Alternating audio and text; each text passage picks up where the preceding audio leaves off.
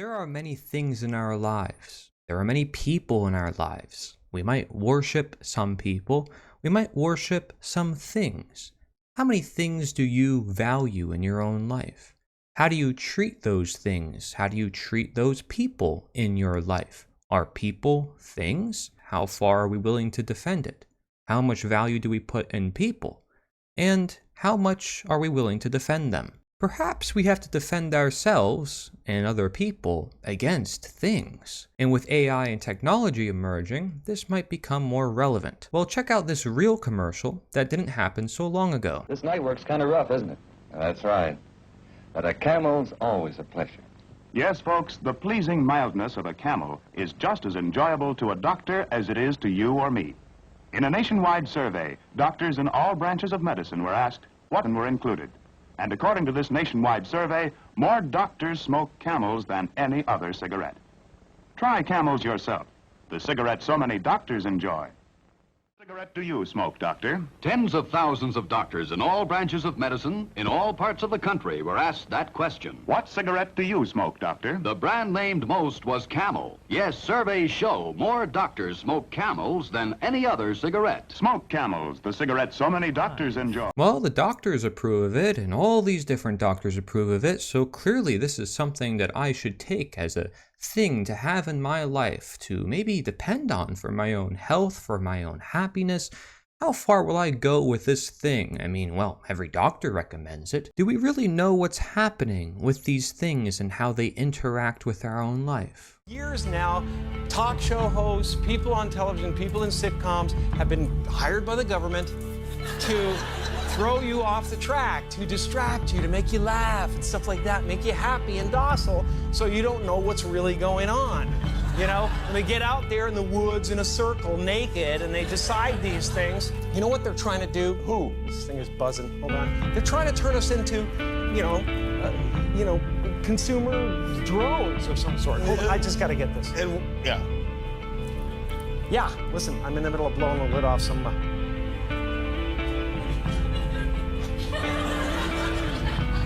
What happened? I'm sorry, Jimmy.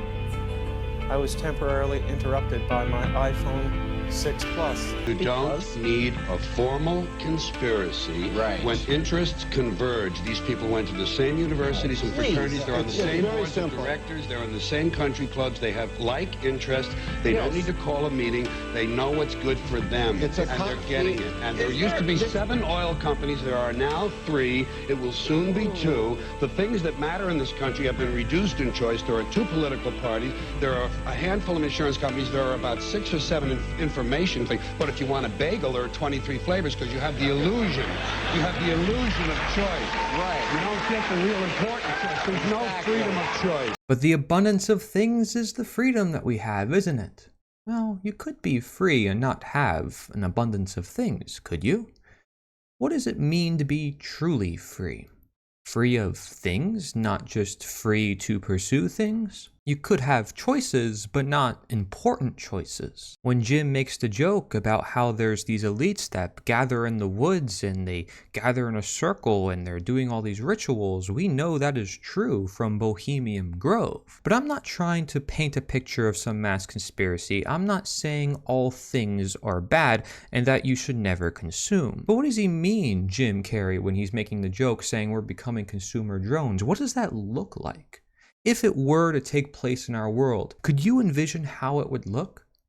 Let's not be afraid to study ourselves and our own habits, potentially destructive habits that we might have, because by studying them, we might just become more productive, more aware, more natural per se, more free, and you can decide for yourself. But ask yourself, is this helping us do that? Oh, hey, girly pop. I want to see if they have new Stanleys. I'm fiending for a Stanley. Let's stop talking and let's go shopping. Wait, I feel like I've never seen this before. I'm obsessed with this color. I don't think I've ever seen this one either. Okay, which one should I get? I don't think I've seen this one either. Okay, let's talk about these new tote bags at Trader Joe's. My store started the line at 7 a.m. I heard people were here yesterday at 4 a.m. It was super insane. Everyone was super excited about these bags. There were people pushing and shoving. Happy shopping. Finally, right? Me and Lululemon have a bit of a one-sided relationship at the moment because I feel like they are taking all of my money. So let me show you this because I'm excited. It's a hoodie and you might be thinking, Sally, this is a very plain hoodie, but it is not just a hoodie. Honestly, I'm just obsessed. It's such a nice hoodie, like... So Lululemon, just know that I am doing very good for you. I am just gonna live in this for the foreseeable. I showed up an hour early and this line was record-breakingly long. I mean, look how far it goes. You guys, the Kardashians just collabed with Crumble. Or you'll see those who spend all year in anticipation of Sephora's VIB sales. I think you should treat yourself. I know you were thinking about it and you were like, oh, I don't know. Do it. Do it. Who's gonna stop you? I'm obsessed. Is that good? If I ask them, do you think it's good that you just said you're obsessed? They'll say, it's probably not. But they're still going to engage with that obsession. In the same way, when someone says, I feel like they're taking all my money, but you still support them, you still are okay with that, everyone's pushing each other to get some product. No problem to see here. Speaking to a company as if it's a friend, no big problem there, right? And around $150 billion are spent most years to embed consumer messages in every conceivable space, from TV shows and websites to public bathrooms and escalator handrails. Lately, marketers have even been paying actors to drop sales pitches into conversations in bars and city parks. Research consistently shows that the more that people value materialistic aspirations and goals, the lower their happiness and life satisfaction, and the fewer pleasant emotions they experience day to day. Depression, anxiety, and substance abuse also tend to be higher among people who value the aims encouraged by consumer society. Scientists have found that materialistic values and pro-social values are like a seesaw. As materialistic values go up, pro-social values tend to go down. As materialistic values go up, concern for nature tends to go down. Studies show that when people strongly endorse money, image, and status, they are less likely to engage in ecologically beneficial activities like riding bikes, recycling, and reusing things in new ways. Studies show that people focus more on material things when they feel insecure. Scientists also know that the more that people are exposed to the media, the more they prioritize materialistic values. On average, Americans see 4,000 to 10,000 ads every single day, with 76% of adults making less than $50,000 a year living paycheck to paycheck, and it taking 5 to 20 years or more to be able to pay off a bachelor's degree. The average American spends $18,000 on non-essential items a year. Unfortunately, because our education focused so much on making good workers, we did not celebrate being an innovator. And instead of us making products that would greatly change the quality of our life, we instead chose to market in a way that gave us the impression that the good was going to greatly improve our life. It is mostly being driven by how easy it is to consume different types of goods through just your phone. The ability to be able to watch a movie while also scouring the internet, while also checking in on social media, while also ordering food to be delivered to your home, can all be done without having to get out of bed. It's something that is so easy for us to do, we almost instinctively just want to do it more because there's no resistance that we have to go through. So something that I would look at is, what are the items that you feel like you need but are actually wants? In today's modern society, there is so few things that we actually need to have a fulfilling life that a lot of what we're consuming and we're purchasing is just wants that ultimately we actually don't even want. We just want to feel whole and safe and fulfilled within. The car and the vacation that you want so bad and you're working so hard to be able to get, would you still want it if no one else was able to see what it is? We buy things we don't need with money we don't have to impress people we don't know. Go take a look at your closet right now. I'm willing to bet that most people wear less than 20 to 25% of the clothes in their wardrobe, if even that. And I'm probably being generous with that number. And if it's more, you probably wore those clothes 1 to 2 times and shoved them to the back of your closet. But my point is that we keep consuming and online shopping without a purpose, sometimes out of boredom, sometimes for that hit of dopamine, sometimes to fulfill a void, but ultimately because we think it'll make us happy. Like, who am I trying to impress? Am I chasing a feeling? Is that temporary good feeling worth what I could be doing instead? And yeah, when I began asking myself questions about the things I was buying or consuming, I realized like, yo, I actually don't care at all. Like, I mean, I have enough clothes and they're perfectly fine. I don't really care about people's opinion in general, let alone my style. So then what is it?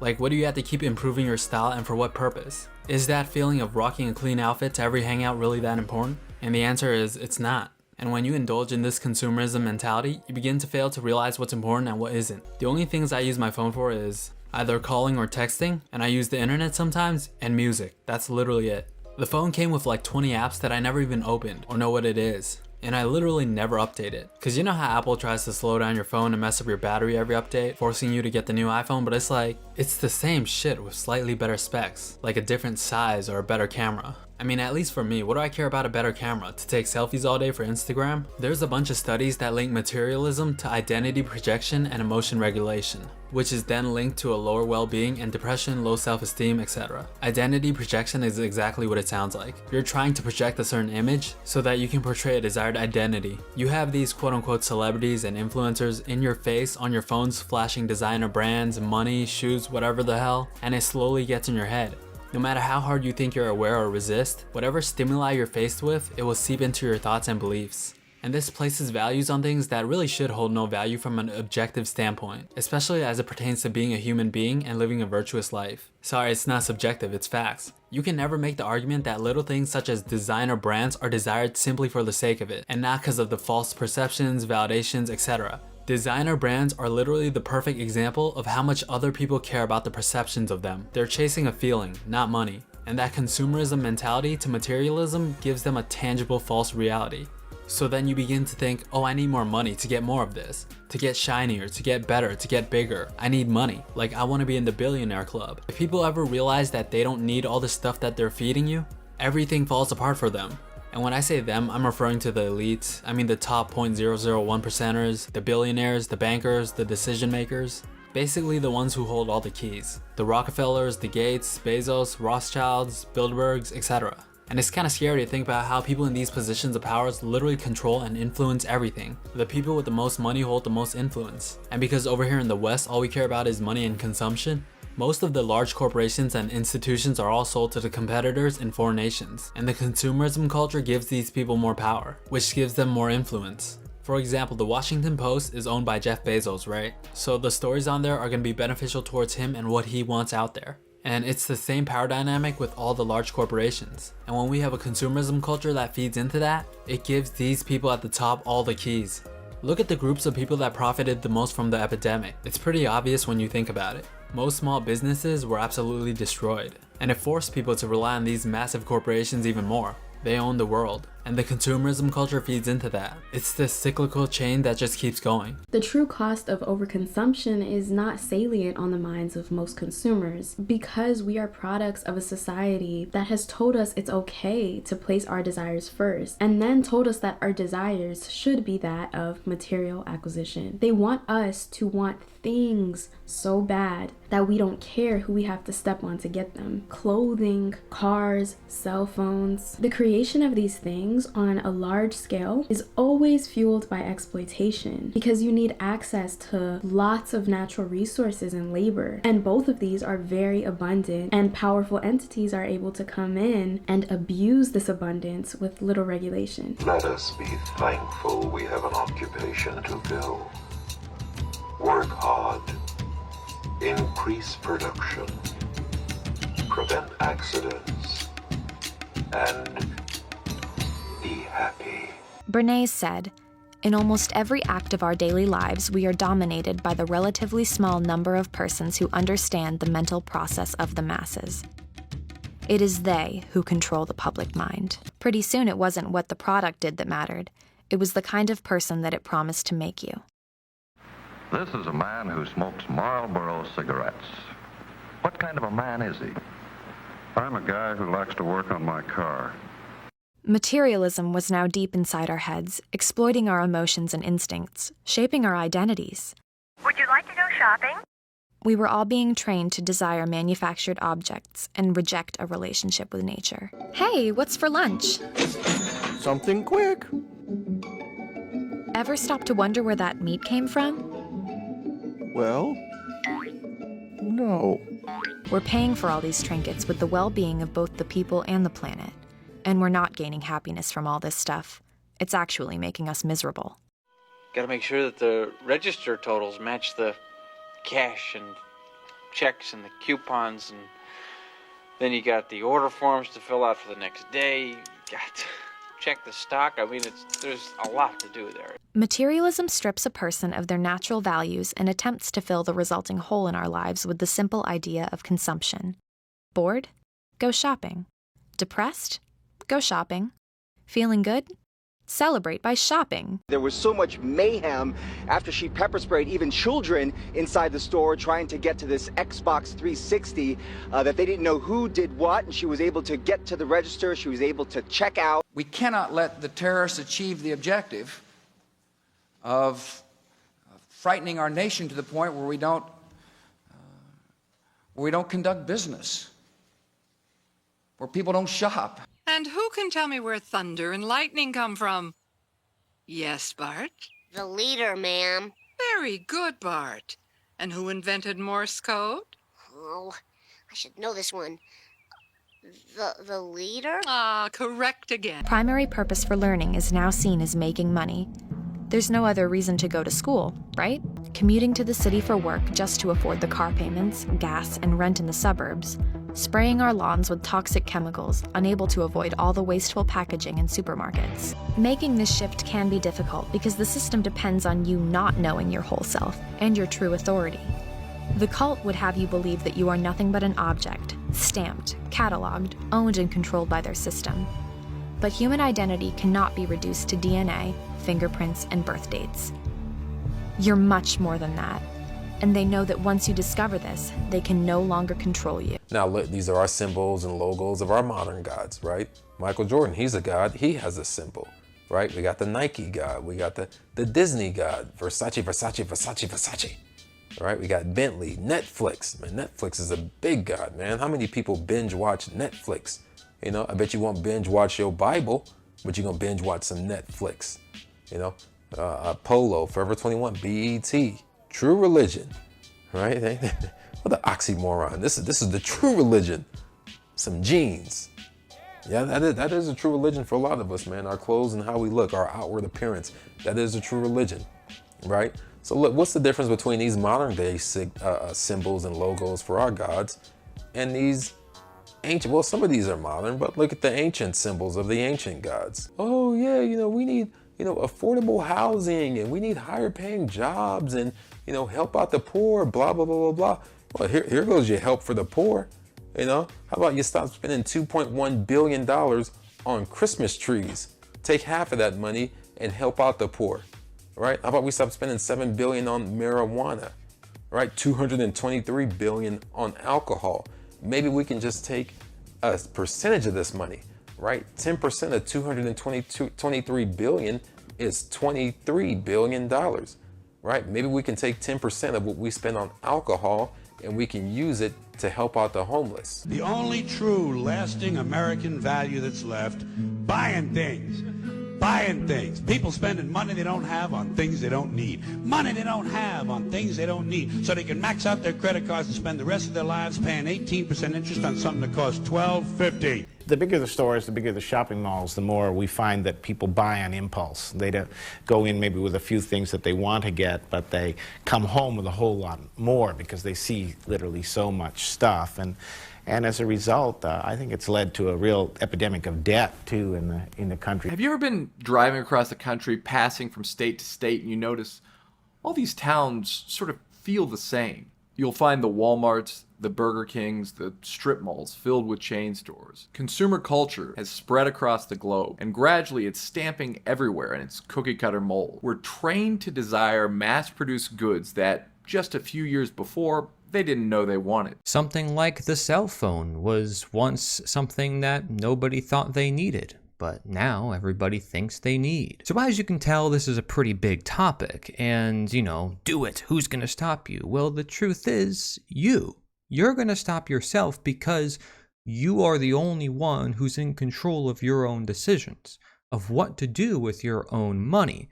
And have you ever heard of that phrase, vote with your dollar?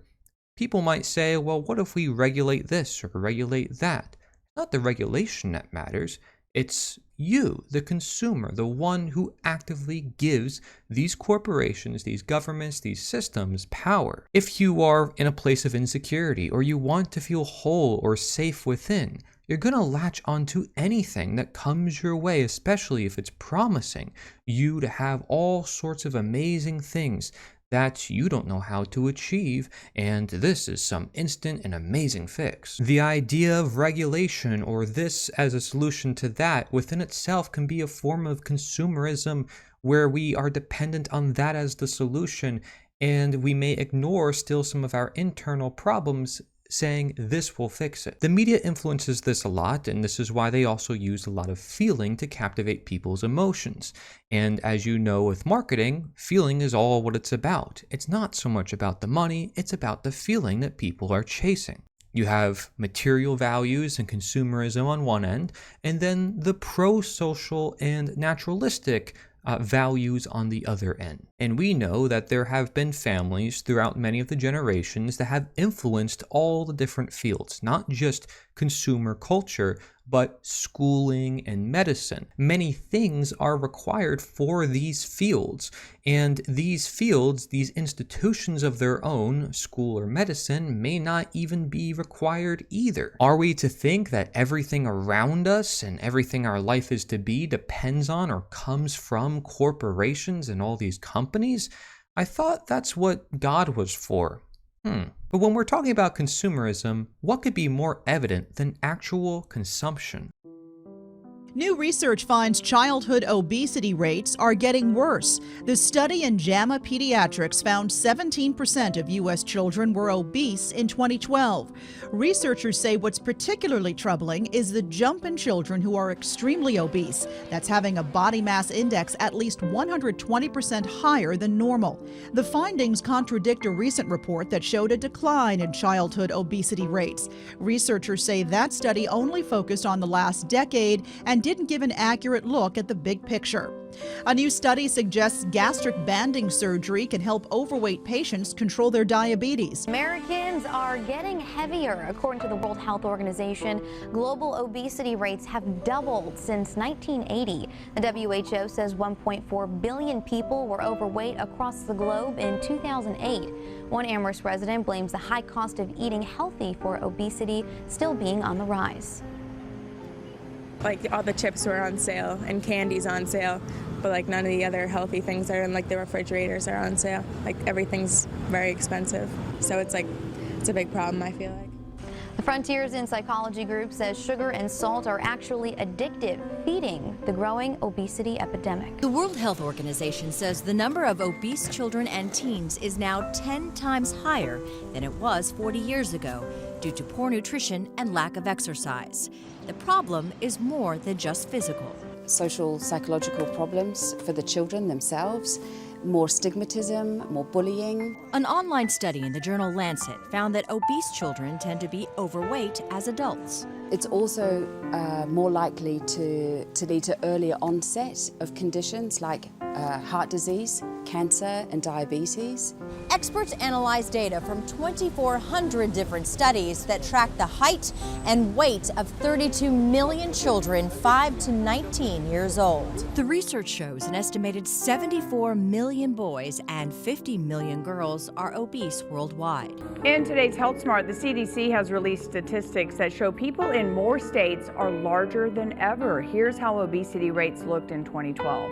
They ranged from low to moderate, with no states having an obesity rate above 35%. Now fast forward 10 years and the rates skyrocket above 35%. It's worse in Oklahoma, Louisiana, and West Virginia, where more than 40% of adults are considered obese. California has remained consistent in the 25 to 30% range. No state had a rate below 25% in the latest calculations.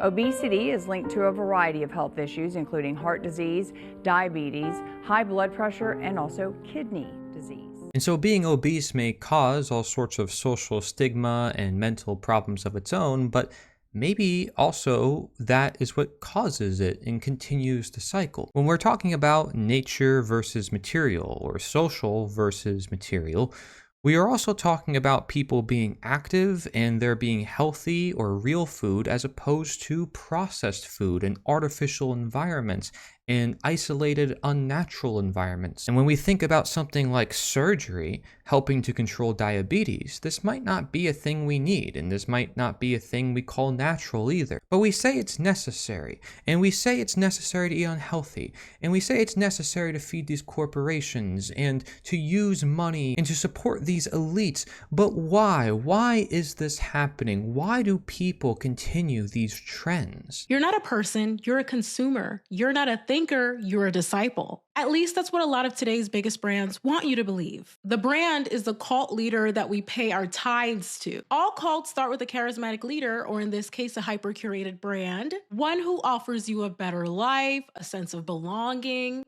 a meaning to your life, an explanation for your suffering. The brand becomes the shepherd and you become the flock. Like cults, big brands promise transformation. This mascara will change your life. This new perfume will reinvent your aura, help you to enter your divine femininity. It's never just mascara, it's a whole new you. Like somehow a mascara is going to heal your abandonment issues. It's no longer, I want an insulated cup to keep my drinks cold or warm. It's, I want a Stanley. It's no longer, I want a reusable grocery bag because I don't want to use a plastic bag every single time I go to the grocery store. Now it's, I want a Trader Joe's tote bag. We are no longer buying things for the function, we're buying it for the brand. The internet hates people for being different. You get dragged for being broke, for being fat, for having acne, for being too opinionated, for being awkward, for being too loud. You name it. The algorithm rewards sameness. It rewards the girl who buys the trending Stanley Cup, so instead they join the cult. They wear the uniform, they pick an aesthetic and fall in line.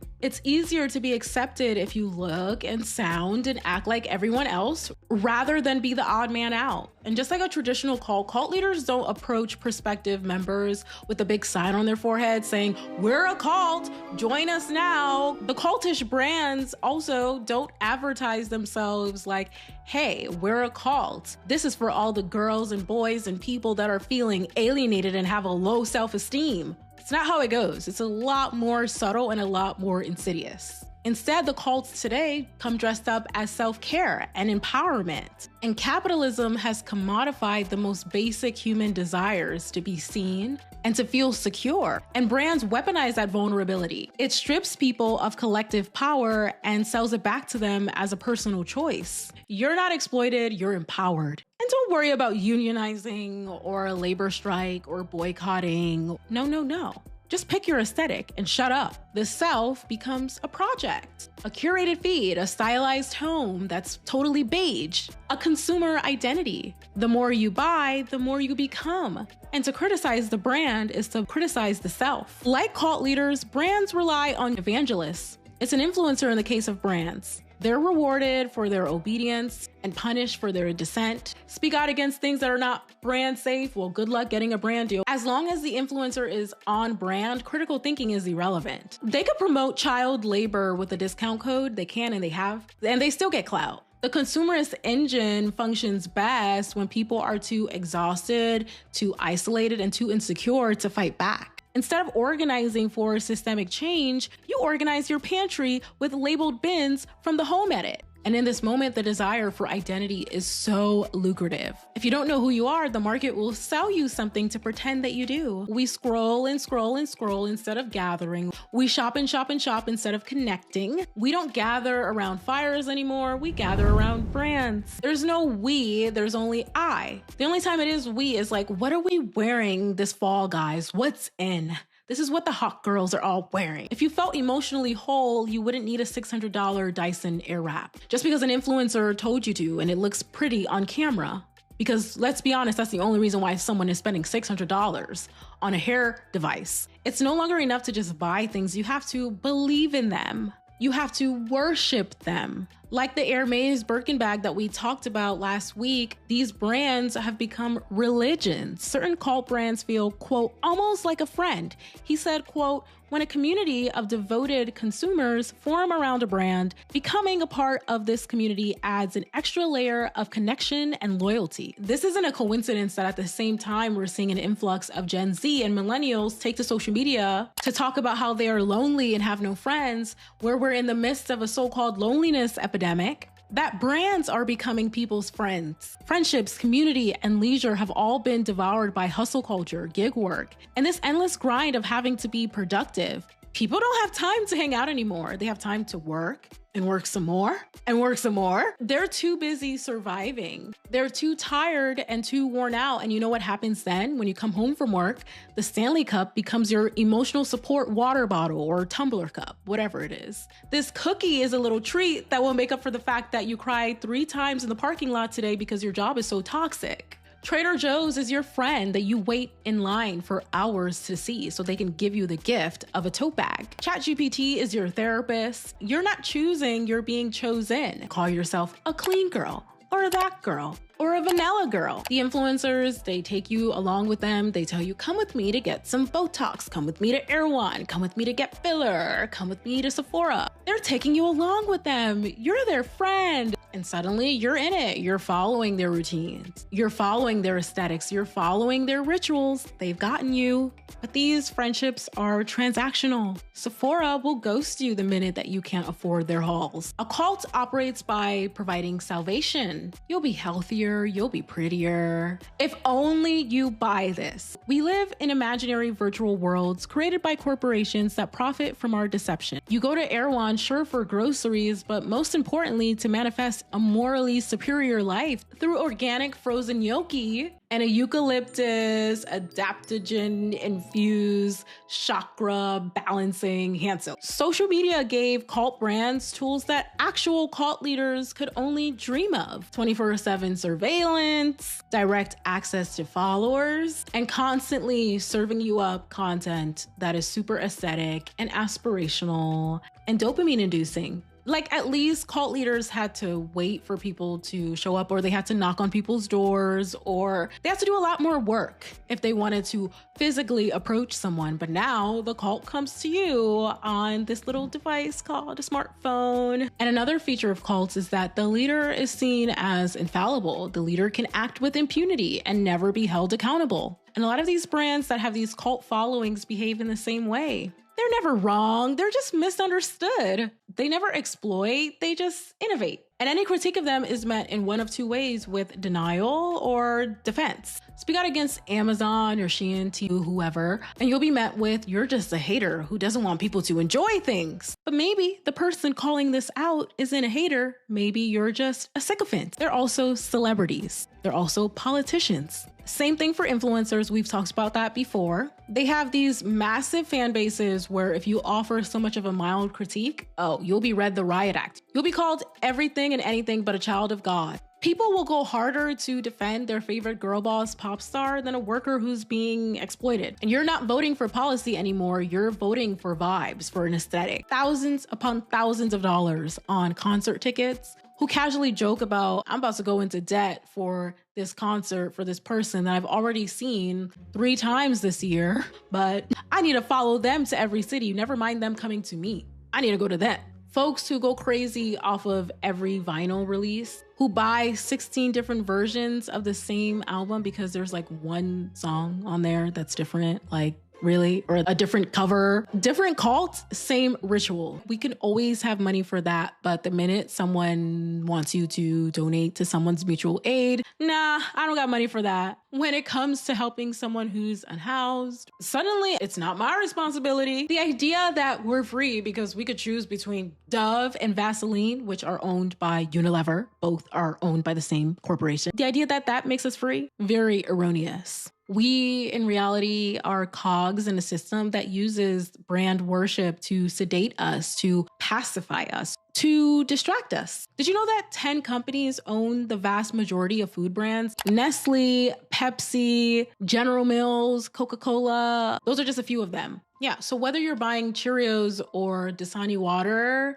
or Smart Water, you're feeding the same beast. Just like LVMH owns Sephora, Louis Vuitton, Loro Piana, and Co., all owned by LVMH. All of what makes Bernard Arnault one of the richest men in the world. 6 corporations own 90% of all US media too. Of course, they have their subsidiaries and their local stations, but they're all owned by the General 6 corporations. 2 companies own most of the eyeglasses in the world. So what we're thinking of as freedom of choice are just pre-approved options that are served to us. In America, people confuse purchasing power with actual power. They think that being able to participate in fashion halls or trend cycles means that they're doing well. But buying stuff doesn't mean that you're not poor. This is what happens when you tell people that their worth is based on their aesthetics and how many clothes they have, how skinny they are, what they look like. In the absence of real community, people crave a curated community.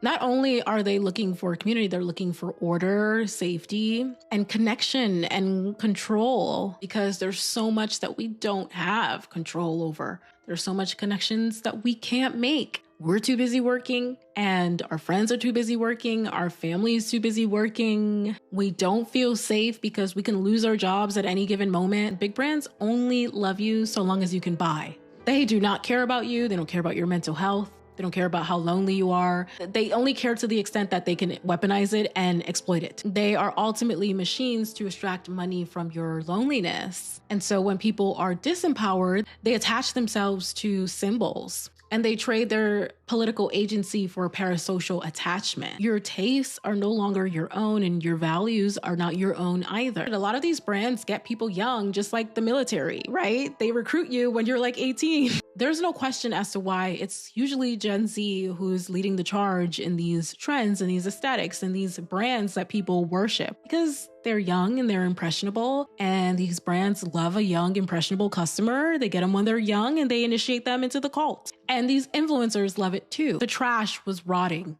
and it smelled awful all throughout the house. Would you spray some perfume and call it a day? No, because you understand that that's only masking the problem. It's not solving the problem. The only thing that solves the problem is taking the trash out. And coping through consumption is no different. It does not clean up the mess. It just makes it smell prettier while it's festering. It's my money. I can do whatever I want. That someone is inevitably typing right now. That's capitalist indoctrination. Or perhaps it's consumerist indoctrination, or perhaps it's materialist indoctrination. See, what I observe in my everyday life when I see that people recognize money as a problem is that they say capitalism is the problem. But capitalism could just be trade between 2 consenting parties. It could just be a free market, which some people don't like that term, but it just means that people are free to choose what they want to buy. That could include things that aren't so great.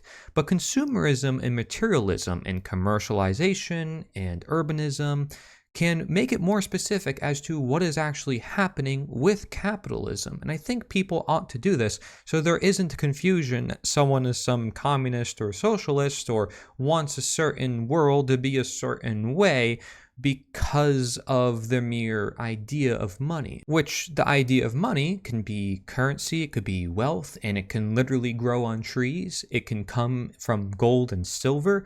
It can come from so many different forms. I'm not going to go into the nature of money and where it comes from and G. Edward Griffin and the Federal Reserve. But this is not just also limited to America. We may have talked about obesity and consumerism being prevalent in America, but this happens worldwide. We're talking about a mentality here. People think that they are powerless to either change the world or change themselves, which of course these are reflections of one another. So they sink deeper into their worship, into their cult, into their distractions, their personal desires. And the schooling contributes to this, and the religions may contribute to this. And I say may because it's possible, but people may want to put a general label on this to also feed you a new form of consumerism. this is the way you have to perceive the world, and this is the right way. You have to buy my course. You'll notice that influencers go through the same thing that celebrities have to go through when it comes to the music industry or Hollywood. There's all these contracts, all these companies in the way, and then at the end of the day, they're not really as authentic as their audience thinks they are. And just like the mask that we physically put on ourselves because everyone else is doing it, there's a mask of inauthenticity that happens under this authenticity, which isn't really authenticity. There's this freedom that we think we have when we may not actually have it. In the same way, we might think we're eating healthy when we're eating unhealthy, and there's foods that are tricking our taste buds, and there's products that are marketed a certain way, and then there's this whole fat acceptance movement that says it's okay to be obese. You have all these different forms of consumption that's interfering with people's lives, and it's doing so because it's inhibiting self-reflection on our own lives. Notice Edward Bernays, he's known as the father of public relations, and he wrote a book called Propaganda from 1928, introducing the concept of engineering of consent. And consent is a rather important thing. You wouldn't hold a psychology experiment without getting consent, otherwise we would consider it unethical. And he worked with numerous corporations and government entities. He helped promote everything from bacon and eggs as the ideal American breakfast to the overthrow of certain governments. He also promoted the tobacco industry, using slogans such as torches of freedom to encourage women to smoke for liberation and equality. It was not going to be so easy to control the population by force. And it was understood and expressed that you have to control them by control of beliefs and attitude. The great political economist Thorstein Veblen called fabricating consumers. Make obtaining things that are just about within your reach the essence of life. They're going to be trapped into becoming consumers, and it's done with great sophistication. You don't see many wild stallions anymore. He's one of the last of a wild and very singular breed. Come to Marlboro country. The ideal is what you actually see today, where, let's say, teenage girls, if they have a free Saturday afternoon, will go walking in the shopping mall, not to the library or somewhere else. Markets are supposed to be based on informed consumers making rational choices. Well, if we had a system like that, a market system, then a television ad would consist of, say, General Motors putting up information saying, here's what we have for sale. That's not what an ad for a car is. An ad for a car is a football hero, an actress, the car doing some crazy thing like going up a mountain or something. The point is to create uninformed consumers who will make irrational choices. That's what advertising is all about. And when the same institutions, PR system, runs elections, they do it the same way. They want to create an uninformed electorate which will make irrational choices, often against their own interests. And we see it every time one of these extravaganzas take place. And whether this is intentional or not for anything that we're talking about, maybe the market is heading in this direction because that's the most effective way to sell a product, is to be very emotional, not that they're trying to manipulate people and make them dumb and have them make dumb choices so that way they can continue being consumer. It could just happen naturally because you want to sell a product. Well, either case, we have to recognize that education, knowledge of what we're doing is important. And that's the same way we get out of any cult, right? We don't want to be deceived. We don't want to be ignorant. We want to become more conscious of who we're interacting with or what we're engaging with. And if you dive deeper into the psychology of this, you have Herbert Marcuse, who says, while people may feel that they have various freedoms, these often distract from more meaningful political and economic freedoms that remain restricted. By providing outlets for desires and frustrations, the system reduces the buildup of tension that might otherwise lead to rebellion. People feel less need to challenge authority when their immediate desires are somewhat satisfied, and then they justify the fact that they are distracting themselves and say, oh, it's hopeless. He says intellectual apathy benefits authoritarian systems by creating a more docile population. The illusion of freedom created by repressive desublimation helps maintain the existing power structure. Otto Gross, who was a psychoanalyst who was called a twin brother by Carl Jung, you probably heard of him, and he was an early disciple of Sigmund Freud, he believed that societal norms and repression were the root causes of mental illness. And we know this is a big field that a lot of people say we cannot treat or we don't know what to do. And he says the inestimable future of psychoanalysis as the very soul of tomorrow's revolutionary movement. And we have to eradicate the authority that has infiltrated one's own inner being. So rather than looking external to us, looking at all the things, what new things can we use to combat these things? Maybe there's this drug causing this illness, so we have to invent a new drug, or maybe there's this one law that's a problem, so we have to create this new law. Maybe this one corporation's a problem, so we have to bring in the government and this other corporation that's influencing the government. I mean, maybe we can look toward ourselves, the very root to these systems, and recognize we're just projecting, and as long as we're insecure and we have problems, we're always going to have problems elsewhere. Otto Gross says repressed values, when brought to consciousness, can challenge and subvert established norms. How often do you hear people talking about the traumas and insecurities and problems with community and then actually creating solutions to that, not just complaining about it either and making a whole consumption model based on complaining? There were people who dedicated whole works to this, like eco-psychology, and talking about how we're interconnected. And he said the aim is to break free from the psychological constraints imposed by a technocratic society and to achieve a more authentic and liberated state of being, one more in touch with who we are. Some will say this is nature. This is what I mean when I say nature. I'm not anti-thing or anti-technology. I mean recognizing who we merely are, because these things are backfiring on us because we don't know who we are, and we are depending on these things to tell us who we are. So again, people are going to be blaming, or they're going to be studying the problems of the world all day and all the money problems that are happening, and I don't blame you if you get trapped into that world, but don't become the consumer of the anti-consumerist message either. But what's more about materialism? So materialism is a society where people define their identities by acquiring and displaying material goods beyond that which is needed for subsistence.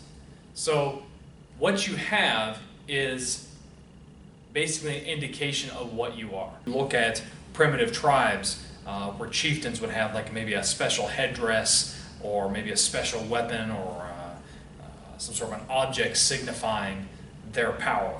We all came into this world naked and penniless. We will all exit out of this world naked and penniless. And so for all of us, we decide in between those two grand events how we handle the pennies. I'd say materialism isn't a matter of how much or little money or stuff you have, but it's how you view the money or stuff you have. I know people that have millions of dollars, they live in large homes, they drive luxurious cars, they're not materialistic. And I know people who don't, who are. Materialism, it's when you place your trust and confidence in money or stuff. It's when you find your value or your identity in money or stuff, or even more so, more importantly, that materialism is when you look to your money or stuff as your source of salvation. So much of the promise and the possibility built into the American dream is the idea of affluence and excess and prosperity.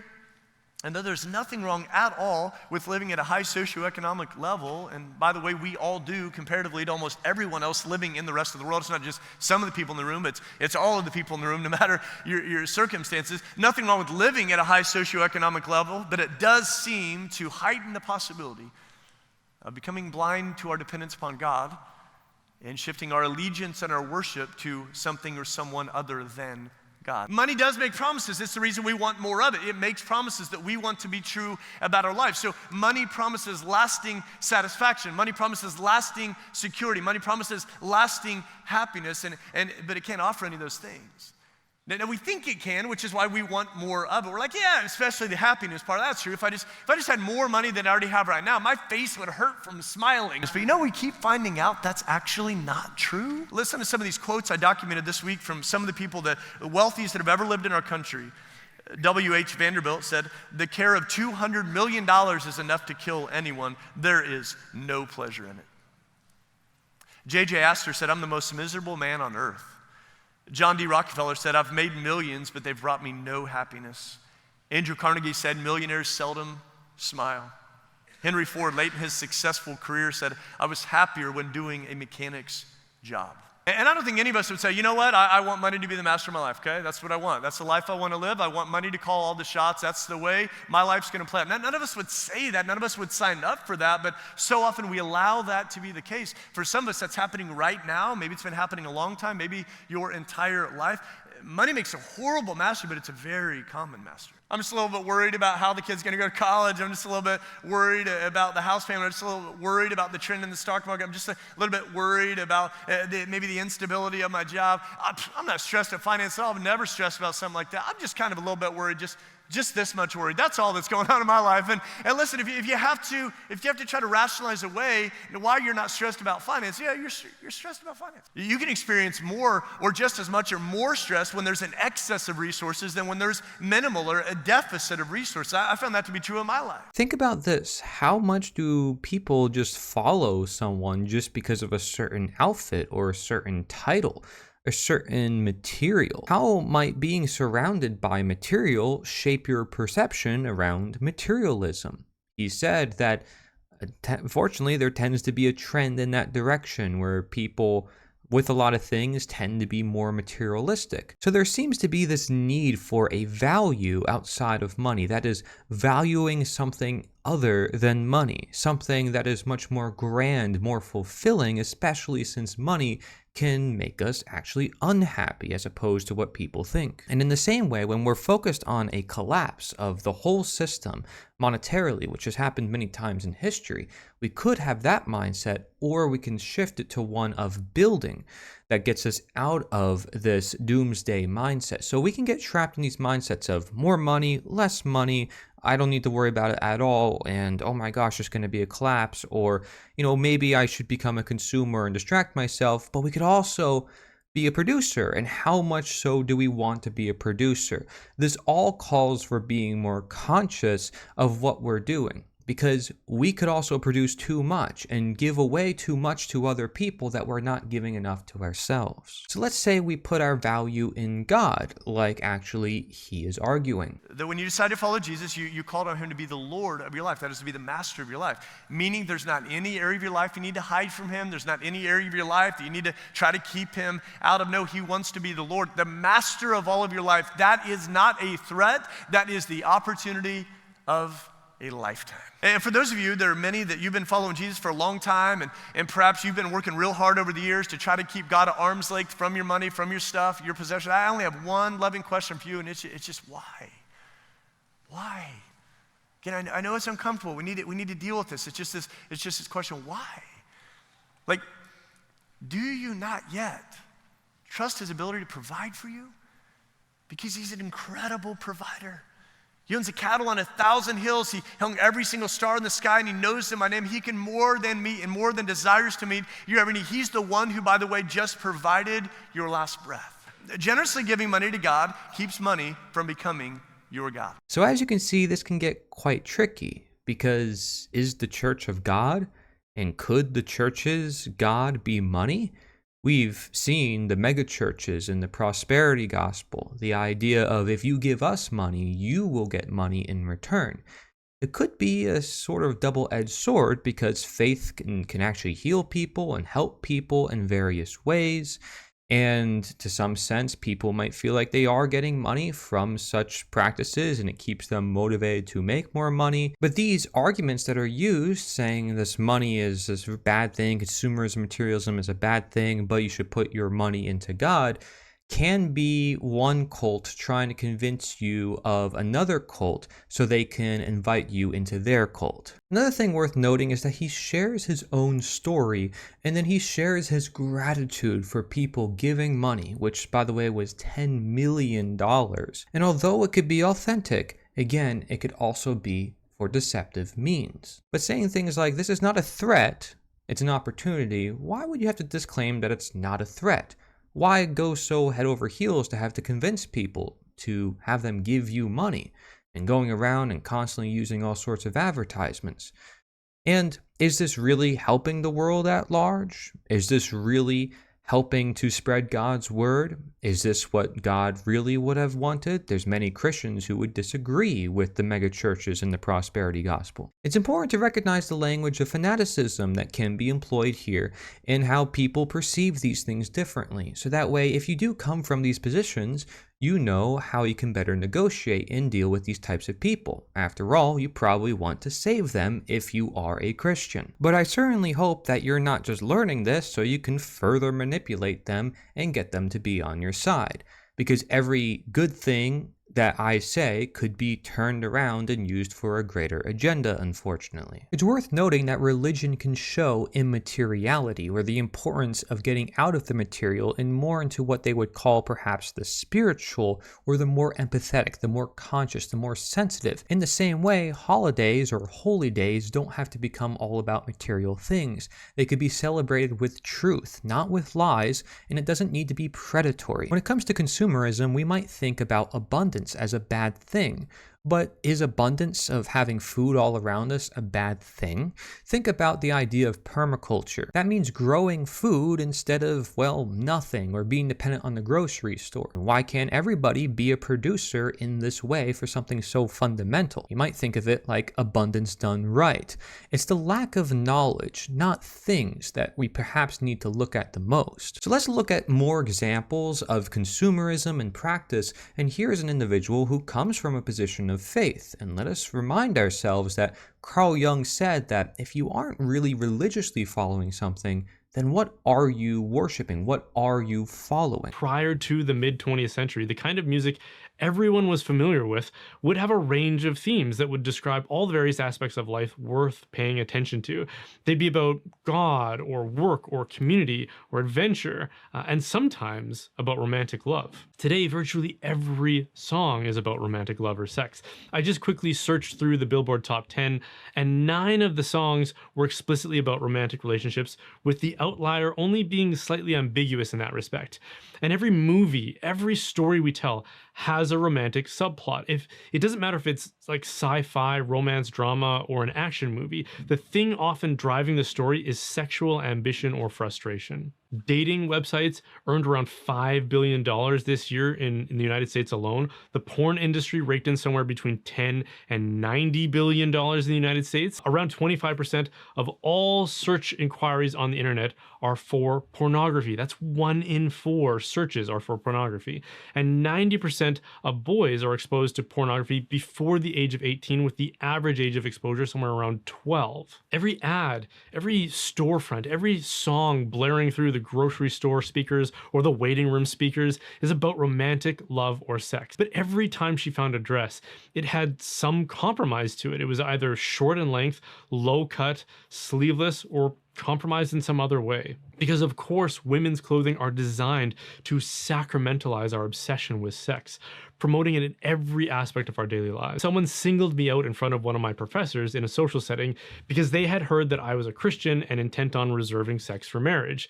And both this person and my professor started to just grill me for any opening they could find to persuade me away from that resolution. And why would they do that? Why did it matter so much to them what I did with my own life? It shouldn't, and yet for some reason to them it did.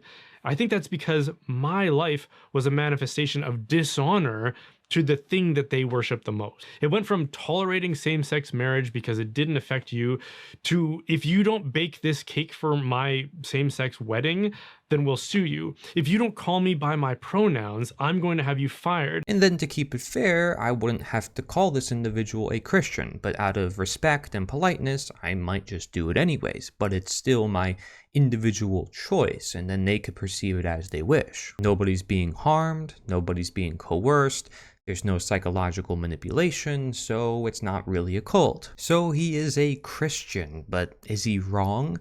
And one can disagree, but one can have tolerance. But many people on the internet will go to suing, firing, attacking, all sorts of insane things.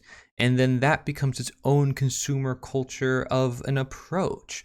right? There are alternative and independent creators out there on every field of consumerism, and some, maybe for better or for worse, they're out there and they're promoting a lot of sometimes strange things to other people. And again, just because something is strange does not mean it is a cult, but you have to observe the language and what they are employing upon the people that they are involved with. So here is an example of, let's say, the furry crowd. A lot of the haters today will be furries in the near future, I guarantee it, or they won't. I don't know. Maybe they'll just live sad lives forever. I don't know. But like we don't even have to, like, they're so beneath us. It's crazy. It's like, it's almost like it doesn't even feel like real life. It's like NPCs, you know what I mean? It's like you don't feel bad running over the people in GTA, right? The haters are like those people running in GTA from your car. They mean nothing. They're like bugs on your windshield. Is that harsh? Is that dark of me to say? And sometimes this drama is needed so that way these content creators can get more attention. Why do they want the attention? And why do the followers feed that attention? What are they looking into it for? And what is the content creator doing it for? You can ask yourself, well, what if somebody said the same thing to them and said they're a bunch of NPCs and they're below us because they're engaged in this strange thing? Chances are, if you thought of an idea or you think of a community, it likely exists out there. At the end of the day, people need to educate and prove their point and share their product and share their idea, and then the most popular ones rise above. And if it doesn't really work out because it goes against reality and it goes against morality, then people will find out. Now, I'm not trying to attack or cancel these people just for putting a spotlight on this information and this language. I say this can happen with any group, and they should perhaps be aware of their own languaging and ask questions about themselves just as you should, right? More than attacking other people and judging other people per se. But just look at their mission statement: to grow a streaming community of like-minded, age-regressive, or ABDL engaged individuals. And if you look this up, adult baby diaper lover, I mean, this can get a little questionable in regards to its intent and why individuals would want to partake in these things, so you can probably expect some sense of controversy among certain communities, and people create a consumerist culture around that type of content.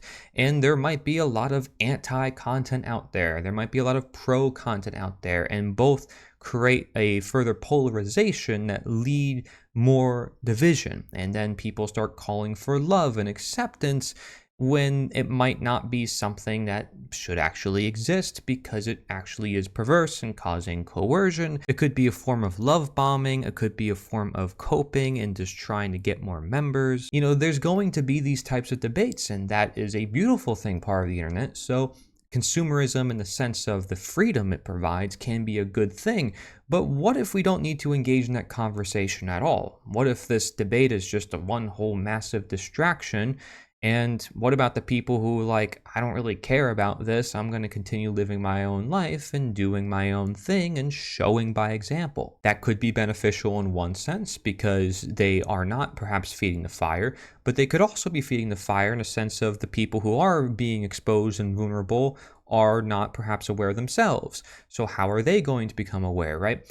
Again, it's nuance. It's being able to see multiple sides and angles to different things. It's important to note that a lot of these communities require some sort of material, and usually it's a shared material as well, whether it's a fursuit or it's a Bible or it's a certain type of symbol. There is a designated material that is used, and sometimes it's passed generation to generation, or it's brought upon you, and then because of some good things associated with it, or because other people have it, you start to include it more within your life. Since there's such a great emphasis on the relationship that we have with everything in our environment, we need to dive deeper into the psyche and how our mind and our emotions, our spirit operates in this world. That when people are put in situations which make them feel psychologically insecure, they tend to orient towards materialistic values.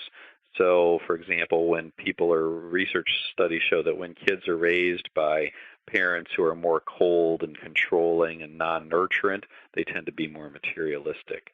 We know that when kids grow up and their parents get divorced, the kids tend to be more materialistic. We know that growing up in economic insecurity, which of course makes people feel pretty insecure, that those kids are actually more materialistic than kids who have more stability economically. The human body was designed for acute emergencies, but when the acute emergency is continuous, when the alarm bells are ringing all the time, it never relaxes. And the results of that are people get all sorts of stress diseases. Anxiety is just the beginning. Depression, they get depression because they feel they can't cope.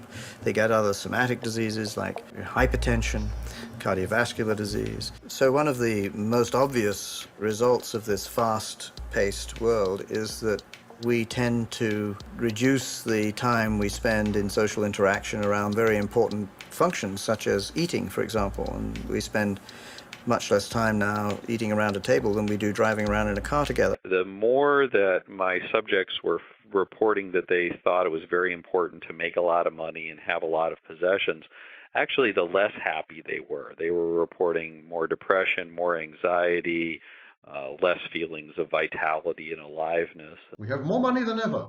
We have more gadgets than ever. We go through more bodies than ever via sex, casual sex. I mean, affluence. Everything is at our disposal and our fingertips, and yet we are not happy. 1, 2, 3, 4 pernicious wrong turns. Number 1, agriculture.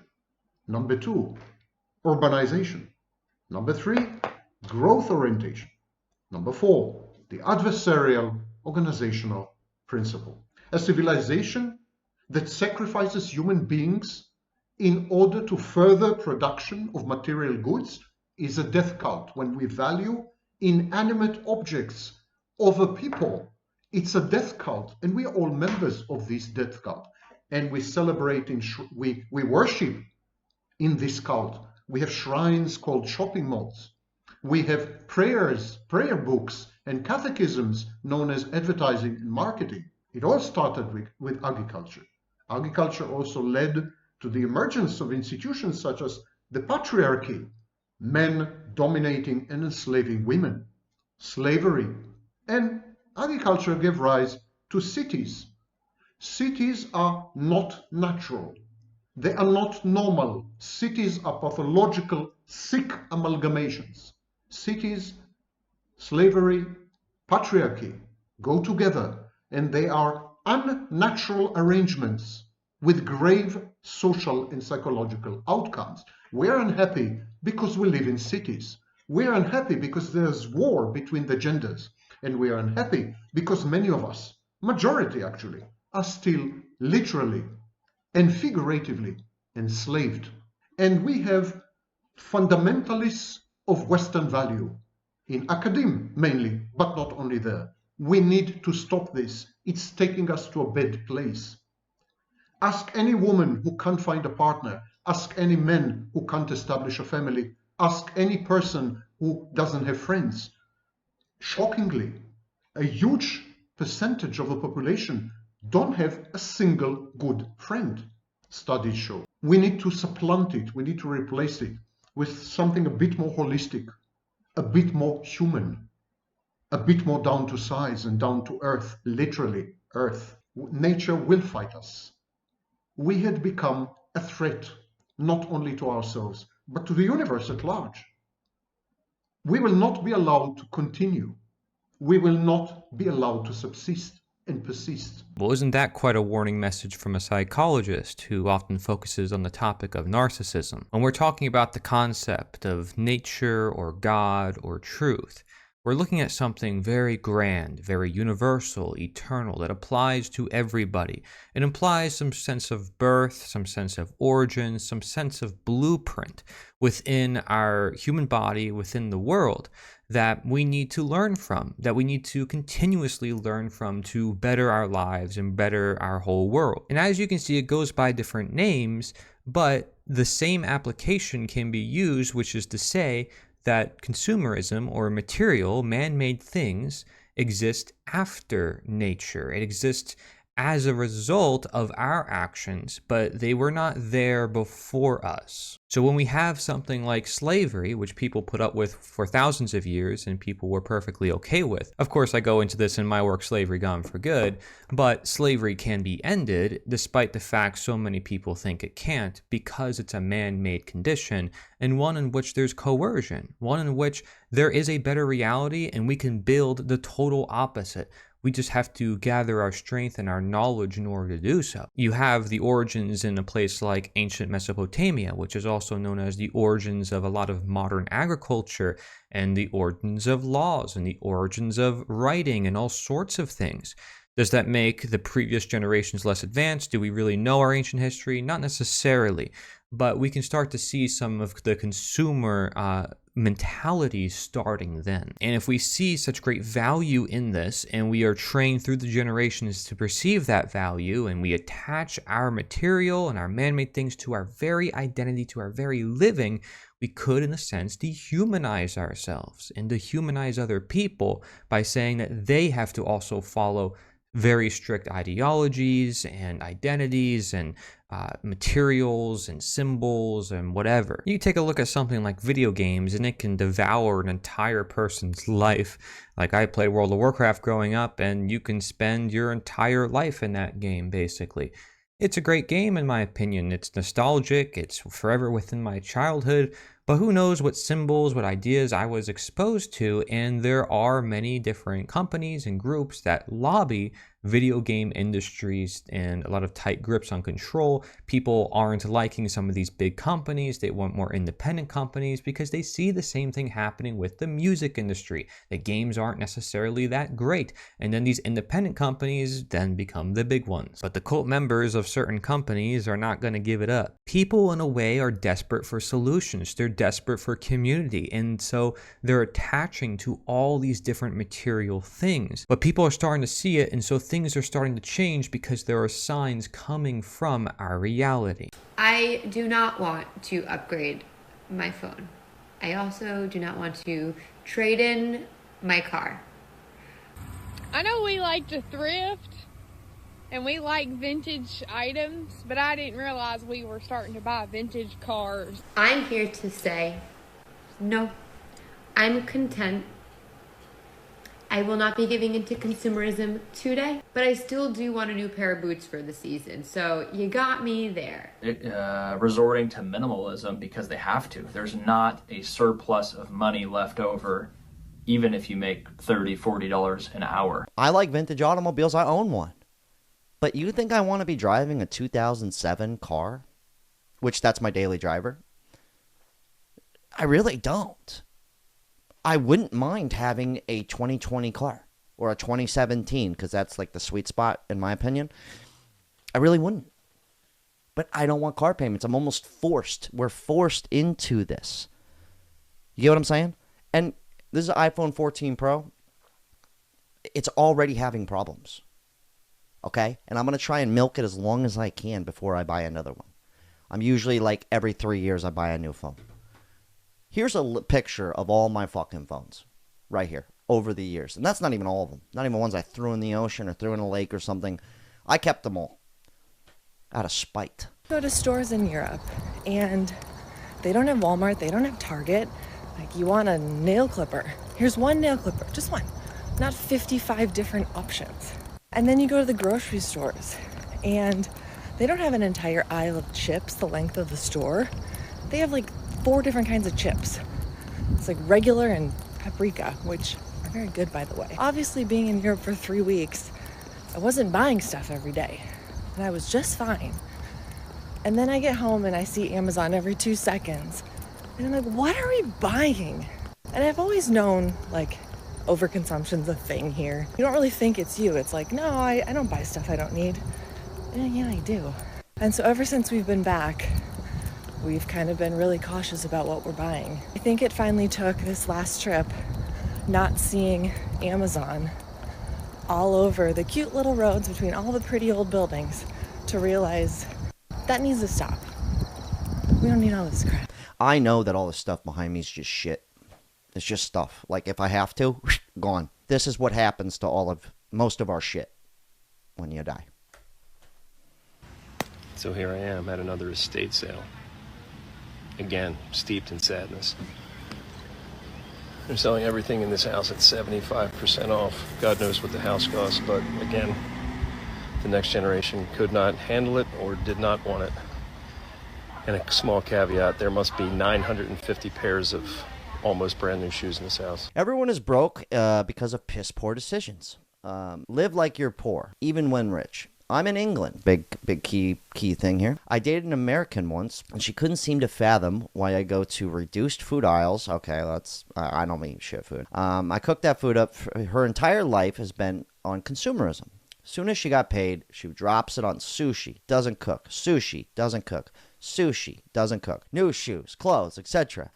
Then they wonder why she's poor. It's a worldwide thing, not just America, but still. Every 30 to 60 days in the U.S. economy, in order for us to not to go in a recession, there has to be at least 70% consumption. If it drops below 70% consumption, we go into a recession. Mm-hmm. So how does the U.S. economy make sure that they are sparking consumption? There is a lead, launch, and sales process. Yeah. Watch. January, top of the year, people are traveling. So they are capitalizing on travel, etc. Top of the year, New Year's Eve, New Year's. Mm-hmm. February, you have Valentine's Day. Mm-hmm. March, you're going to have some made up thing on the calendar in March. So normally it's like some traditional holiday, whether it's a President's Day or whether it's a St. Patty's, all these, right? You normally around April time is where you get Easter. Mm-hmm. Right after that, you go into May where you're going to get Memorial Day. Mm-hmm. Right after that, you're going to go into June where you're going to have Juneteenth and several other like local holidays. Yeah. And first day of summer, June 21st. And if you're a skateboarder, go skateboarding day, which is June 21st. Yeah. You're going to have 4th of July in July. Mm-hmm. In August, you got back to school. Yeah. In September, you're going to have Labor Day. Yeah. In October, you got Halloween. In November, you got Thanksgiving. In December, you got Christmas. Sheesh. That is a launch every month. So this demonstrates a lot of the nuance and a lot of the influence involved with our own decision making. Notice what the lady said. She's cautious of what we are buying. See, that type of mentality does not fit one narrative. There's no easy fix to what to buy, right? Because someone could say it's healthy or it's natural, and then you actually look at the ingredients and you investigate and you're like, this is not healthy or natural at all. The vegan product can be something that claims to not cause harm when in reality it is. So we can't become a slave to anti-consumerism, right? You have to be aware of what you have, what you do. It's like if you get sick, right? You recover, you give yourself time, and then you learn for next time. You don't stay sick and say, I'll be content. From emerging out of your high to low, you can become steady. Your immune system becomes stronger. You learn to walk, you learn to balance, you learn to flow. You're not meant to have old clothes and old technology, especially processed food. You can have whatever you want, but be aware of that very thing. That very ability to have that freedom comes at a cost. You could integrate both the old and the new, or you could even have neither. In fact, I'm not trying to plug my books again, but my Arts and Books of Opposites is all about looking at everything within your life and asking what is the opposite, which means also what is the opposite of the opposite, getting you to critically think about your whole reality through the things in your reality. And I want to say, I'm not attached to my books either. In fact, in one of my philosophy books, I denounce its own existence by recognizing that there's something beyond the book, so I don't have people worshiping my material and thinking that it's all the truth just because it's a philosophy book trying to study from the truth. Now here's another example, right? You can buy processed food that is really cheap, or you can buy some really expensive, fancy, organic superfood. Is there any alternative to that? To some people, there is no alternative. But to other people, they're like, of course there's an alternative. You can grow your own food. You can barter with other neighbors. You can go to a farmer's market. You can go to a community garden and get your own plot. There are other options, but people don't necessarily know. When it comes to any change in society, people tend to undervalue the role of education, and not education in the sense of we need to all fund this together and you need to learn this and learn that, but sharing knowledge, simply sharing. Education is not so much education, of course, if you're forced to learn. That's hence why we talked about the schooling system with John Taylor Gatto and how that also influences consumer culture. So if you change the education, you can change a lot, because if you do learn how to grow your own food, then you're not a consumer to the grocery store. You can rush, rush, rush, get sick, sick, sick, but eventually you need to learn. You can buy, but eventually you need to learn. You can be in fear, fear, fear, but eventually you need to trust. It doesn't mean you never rush, never get sick, never have fear, or that you never buy. It's all about becoming conscious of who we really are. So again, let's bring it back to our childhood.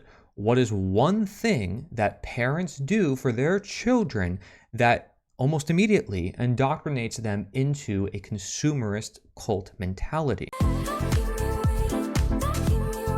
Everything I got my 1-year-old for Christmas. I've literally run out of room. I've had to put it all over the floor and onto the bed. But hear me out, I know I'm going to get negative comments.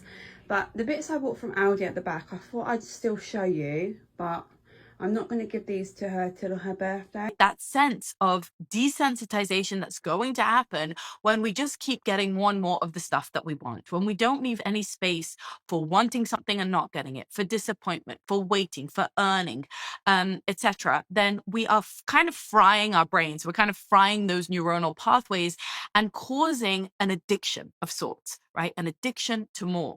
It's what we call the hedonic treadmill, that we adjust to the level of consumption that we have. So if a 1-year-old is starting off with, I don't know, just eyeballing this, about 40 gifts for their birthday or for Christmas, then that becomes their threshold, their baseline, right? That just becomes what they expect. That's the default. And anything that falls under that is a disappointment. And even meeting that is a disappointment. It doesn't really scratch the itch anymore because we need to up the ante. We need to increase because we're on the hedonic treadmill and something has to be more exciting and larger, etc.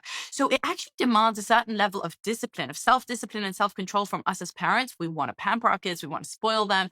We want to splurge. We want to make them feel loved. We want to express our love through gift giving, but it is not going to benefit this 1-year-old. They're not going to understand what it's about. And each and every one of these toys could be a really exciting, wonderful moment when they unwrap it and they enjoy it. And then they could learn to cherish it and take care of it. But if they get all of them together, they just don't stand a chance. Their brain is going to be flooded. They're going to be taking things for granted.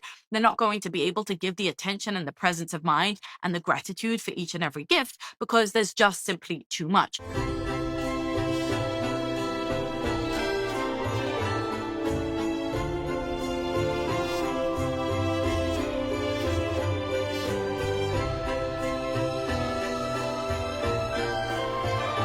I asked myself, is this compensating for something?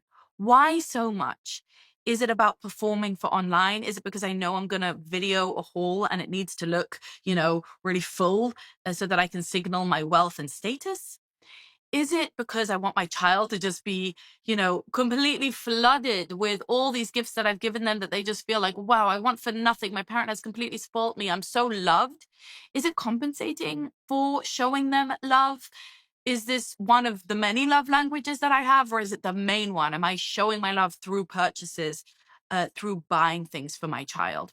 Is this about keeping up with the Joneses? Is it because I watch celebrities and influencers who could buy anything and I want to feel a little bit of that for myself? Maybe it's about retail therapy or about that dopamine hit that I get from purchasing. I also have to ask myself, can these parents really afford this? I have the world's largest collection of seashells. I keep it on beaches all over the world. Perhaps you've seen it. What I love about this quote is it encapsulates this idea that you don't need to actually own things. You don't need to acquire them. You don't need to bring them home in order to enjoy something. She's always going to say, mom gave me everything, and she's going to feel like she's so cool and all the other kids want to be like her, and she's not going to be jealous of other kids. She's going to have all the things that they have and more. I know for a lot of us, it's also motivated by the idea that I want to give my kids everything I didn't get. Like my parents couldn't afford to pamper me with tons of toys. toy, so I want to give my kids that because I didn't have it. Or fun little games with nails or some lip gloss or some hair styling things. You know, they're fun, but I also just think as girl moms, we've got to be a little bit aware that that doesn't become their whole life, that it doesn't look like, you know, a nail salon and a hairdresser threw up in their bedroom, and that we also, you know, drive them towards things that develop their character, that develop their skills. You know, I love seeing the gymnastics tumbling mats in here, for example. Those are the types of things that I think are going to encourage more skill development, character development, resilience, grit, health, and less, you know, a superficial and kind of an obsession with external looks. That's something I do think that we should be aware of. I also think it's a good idea to be aware of not turning our kids, you know, clothing and toys into one big advert for some kind of company like Disney, right? Or the Bratz dolls or Taylor Swift or any of these kind of big consumerist labels that want our children to follow them and to consume more of their goods. Play is children's work. When children are playing, they aren't just enjoying gadgets that you buy in the shops. They're actually developing their skills, their imagination, their social and emotional development, their academic development. They're laying all of the foundations for their future success: gross motor skills, fine motor skills, problem solving skills, etc., etc. I teach that all inside the course. The problem is that if you flood them with too much things, then it starts to become about the stuff, not about the play. And we see this in cultures across the world where there aren't plastic toys. Kids make their own toys from sticks and stones and leaves. They don't actually need toys at all. Toys are more for us, for our aesthetic, because we like it, because we keep up with the Joneses, because we live in a consumeristic, materialistic society. But in fact, they actually harm children's play more than they benefit it. Happy Saturday. I can already see the comments. People are going to be judging me. Today, I got Giada her first phone. Mind your business. It's my kid. Thank you. Originally, I planned on getting her a phone when she turned 9, and then it went down to 7, and then it went down to today, a random motherfucking Saturday. She got a pink iPhone 15. And of course, we had to go and get her a case, and she was set on the case that she wanted and the pop socket that she wanted for her phone. She came right home and showed her best friend Pinky her new phone. Slay. Honestly, the main reason I got her a phone now is because I'm tired of dragging the heavy ass iPad all around, connecting it to my hotspot. And I had to set it all up for her. There's honestly no greater feeling than unboxing a new phone. You already know. She had to set up her Memoji. I added her to my family group chat, and she's been sending GIFs or GIFs, whatever the fuck you call them, all afternoon. When I come back in my next lifetime, I just want to be Giada, okay? Because my first phone was a hot pink Razor. Once it's like 40 of them instead of, you know, a few, doesn't it kind of lose that charm and that magic? I would imagine it does. I certainly would feel that way about Hanukkah or about birthdays. And so, you know, boring maybe, but more accurate, more precise, more beneficial, more meaningful. I think yes, also too. In fact, I have to say, I think it's the opposite. I think having 40 gifts is boring. It makes each and every gift boring. Like, oh, it's just another one of those. It's just another one of those. Where am I even going to store all this stuff? I'm just going to give it away in a year. Here is my 13th birthday haul. First of all, I'm wearing this bit. It's my new Vivienne Westwood gold watch. I actually don't own a watch, mainly because I don't know how to read a watch. But I'm sure this might motivate me to learn how. So it's gold and it's hot pink. It's all of my favourite things. If you can't tell, I love the colour pink. And if you can't tell, I love gold. I'm just obsessed with this. I love this so much. I've seen so many people have this, and I've wanted a watch for ages now, because I just think they look quite bougie. And this just screamed my name. Okay, this is the first hamper basket. So here is just quite a bit of skincare and makeup. This sash is stressing me out. So I got a new leg razor. I got this Milk makeup setting spray. I've got a Cordially face mist because I saw Katie Fang has. I've got a new shampoo and conditioner. It's from Way. I've got the fine hair one. Then I also got the hair oil to go with it. I got a new Summer Fridays lip butter balm in the shade Brown Sugar. Then from Benefit, I got the cookie highlighter because I've heard so many good things about this. From Charlotte Tilbury, I got this lip combo thing. It's a lip pencil and a lip gloss. It's in, the lip pencil is in Iconic Nude and the lip gloss is in Pillow Talk. I've also got another thing. I got another lip gloss from them, and that's in the shade Pillow Talk. From Charlotte Tilbury, I got a new concealer. From Anastasia Beverly Hills, I got this Brow Freeze eyebrow gel.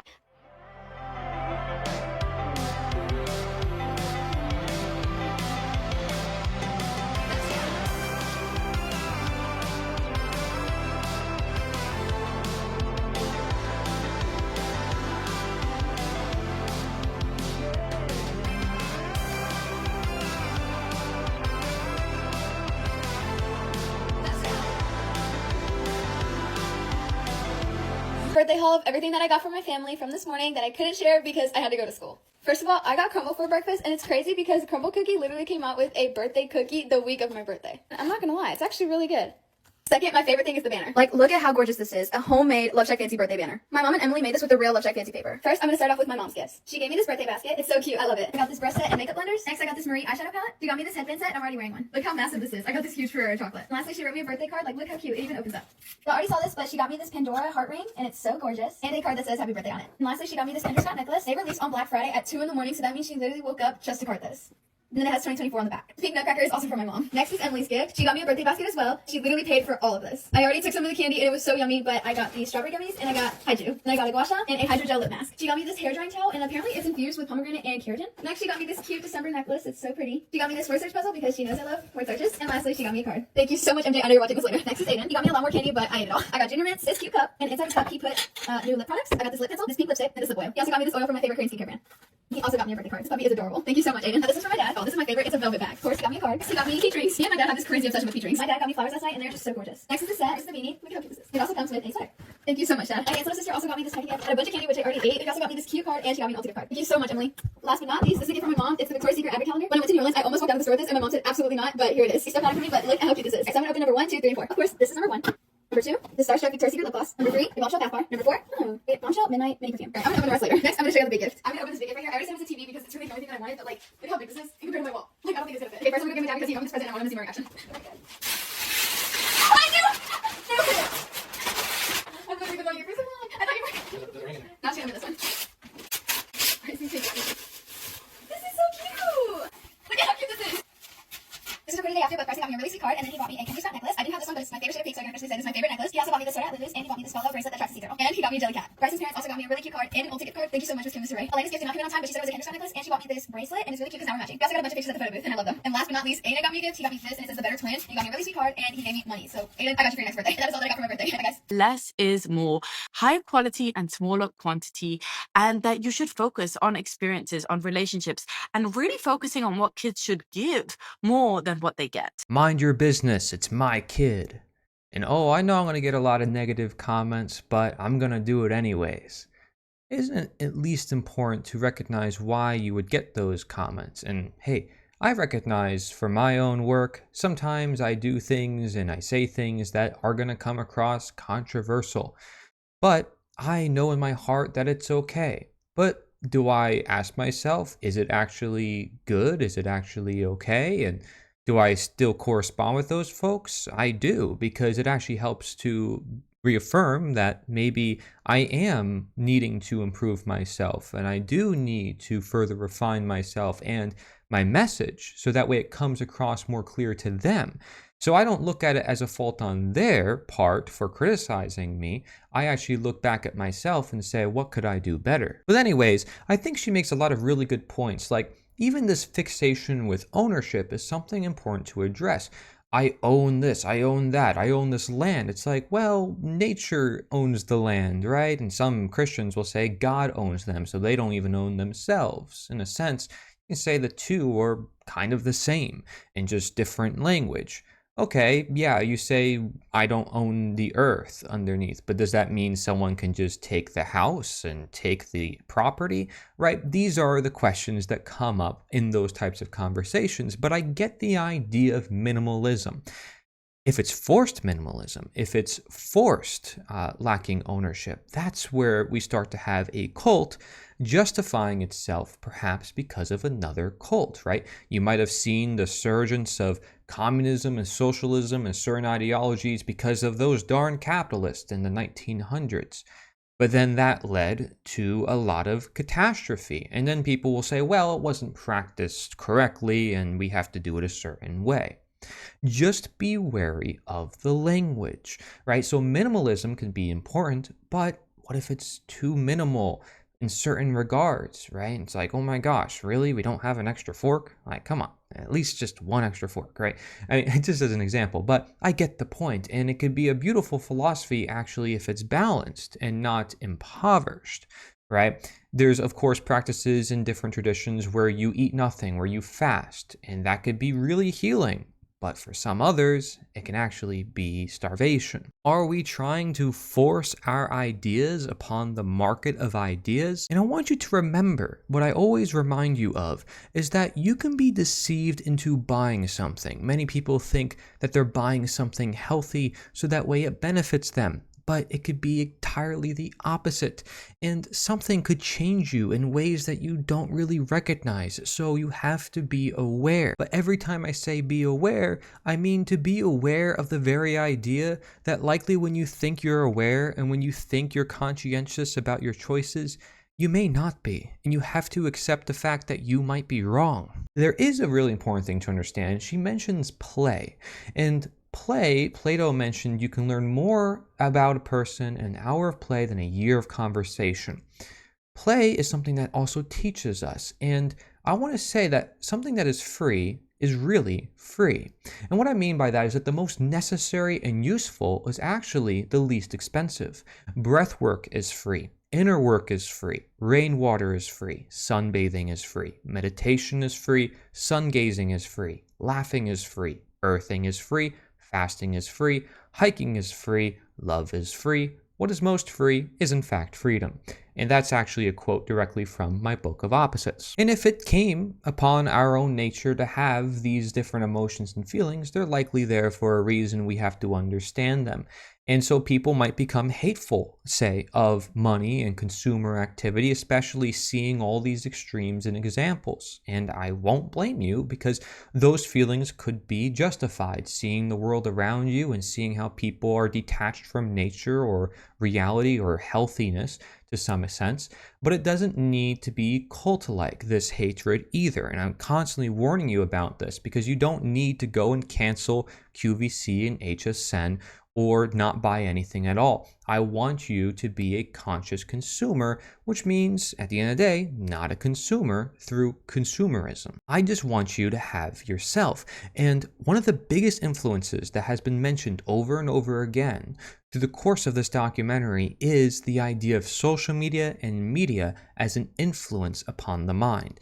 This, we might say, is a cult of many cults.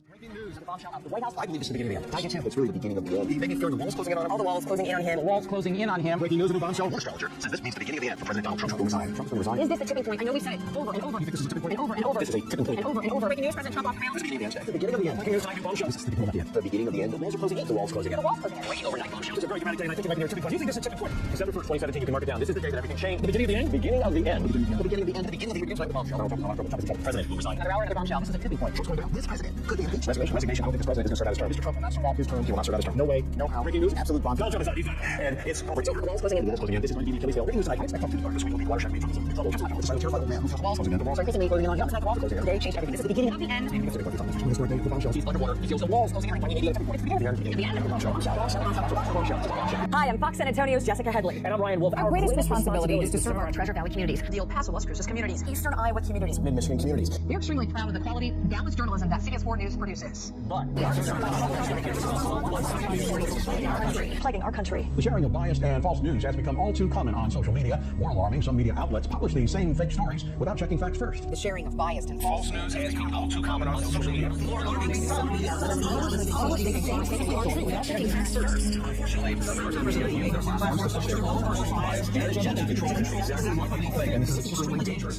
So this prompts us to question our connection with nature and go back to those ancient indigenous tribes and see maybe they were actually more right than we think.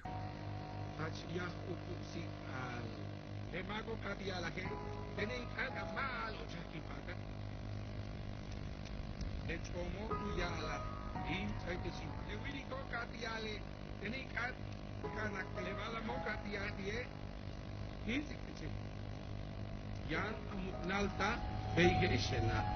Utia kashi ke chachai. Kero katiyala ke bege ishen. Inek sakin. Eto kashnuko ma. Tenele maha pingila twitch. Leyun pepa ma tunah ne. Lebetik uyahta upusik alo. Yanubin ukat yetel uchaik balo. Leluma yanupinu yaitie. Yayansai the church of And what's most apparent in our technological age is indeed the role of technology in media, specifically social media and the smartphone. Present enchantment with things technological is rooted in religious myths and ancient imaginings. Although today's technologists seem to set society's standard for rationality, they are driven also by distant dreams, spiritual yearnings for supernatural redemption. Their ultimate goal, he says, nothing less than transcendence and salvation. Whether it's AI creators promising us the potential to live forever in lines of data, or genetic engineers inviting parents to customize their baby's eye color, once you think about it, it's impossible to ignore what scholar Eric Davis calls the mystical impulses behind our society's obsession with technology. Anecdotally, it's no wonder that Steve Jobs designed Apple stores to evoke the sensation of entering church. Noble argues that religious progress has long been associated with the human quest for divine perfection, and that as far back as the medieval ages, technology took on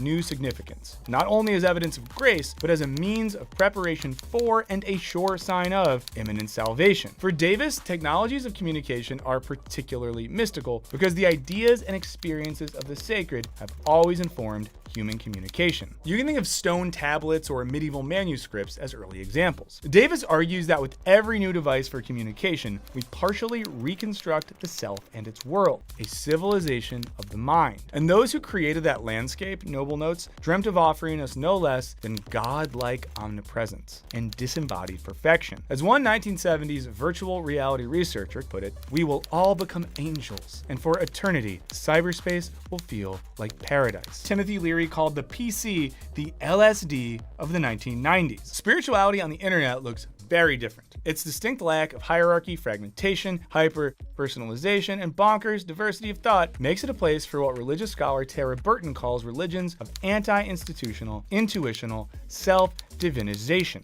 That is to say, our spirituality becomes increasingly centered around this self-knowing individual. Cults funded by clicks. Cults for content. As is the case with so many influencers, the internet cult leader doesn't necessarily have to be super charismatic. They simply need to be the most shocking and weird person to win the competition for your attention. The second coming of Christ, who you just can't look away from. The title of the 2004 business advice book, The Culting of Brands, When Customers Become True Believers, made the connection explicit. Especially in this social media age, these differences between guru and salesperson, influencer and prophet, brand builder and cult leader fade away. We're still ducking and weaving through various cult-like brands, influencers, and communities every time we pick up our phones or open our laptop. You know those likes and comments that feel so good when you get them? Classic love bombing. But connecting with people across the world while ignoring the people across the table? Isolation. And an algorithm that dictates what you see and how much exposure you get depending on your good behavior on the platform. That's control. We're worshiping sports teams and half-naked chicks on Instagram, or billboards, or actually it's everywhere. Everyone's naked all the time. Let me look through and find our modern day idol. So I did this. I pulled out my phone and I brought Twitter up. I'm just going to look at the first post. Here's the 7 I found. First one was Apple goggles. You know the Apple goggles? You strap the screen to your face because this isn't good enough if everyone's like in their phone 8 hours a day. You don't even notice the reality. You're sitting with a bunch of people you just ignore. So sorry, guys, I got a notification. I'm just, that's good. What, that didn't do it? No, I'm just kidding. Apple realized, no, we only spend about 1/3 of our waking life stuck to our phones. What if we eliminated the distraction of a little bit of real life and just went ahead and got it all out? And here we go. Now I don't have to actually be alive and see real world at all. We idolatrize this. We worship it. We worship our technology. Mass programming device that is a cell phone, they just turn it on and literally are told the entire day how to think, what to think, how to behave, what the truth, my truth. In the past, when somebody joined a cult, you could physically remove them from the cult. And there are tactics they use, love bombing and lying to you and surrounding you and then coercing you. But now people are in a cult and they're surrounded 24/7 by social media. And they might encounter someone in the physical world saying, that's actually not true, and they'll immediately retreat to their phones, to their safe space with their other cult members. The longer that you spend on social media, the more you start to conform. So how's that? What's happening to people that are on social media perpetually, they always feel like they are being judged and watched, because in a way they are. And they're constantly seeing people getting torn down for the slightest and trivial of whims. Somebody just starts the hate train going, and then it just keeps rolling by. The internet is very good at giving you a perception of reality that isn't there. That's really, like, it's digitized, imaginary. Like these bubbles that you go in on Reddit that we frequently make fun of. It's funny to everyone else outside the bubble. Can you imagine being triggered when you are in that bubble and being like, oh my God, they're making fun of Cordy 5'7"? We start thinking that everybody thinks in these very specific rules. These rules get hyper focused in on you. Every internet channel, every internet Reddit thread, they are all, and we're all part of them. I'm part of them, you're part of them, but they're all little cults. The reason that you start becoming extremely obedient is because your world shrinks. That's why cult leaders in the 70s used to always take them out to some hippie silo out in the middle of rural New South Wales. Why do you need to go out and see your family? Well, they're not here, so they're not really one of the believers, are you? You'd really disappoint the family if you left the family to see your family. They're not your family anymore. We're your family. That's why we call it the family. House, you invest in a house, you invest in interest rate, anything like that, index funds, anything like that, that is never going to get you the returns that you get from investing in yourself, building a skill, building an identity, building a purpose to life that moves you forward.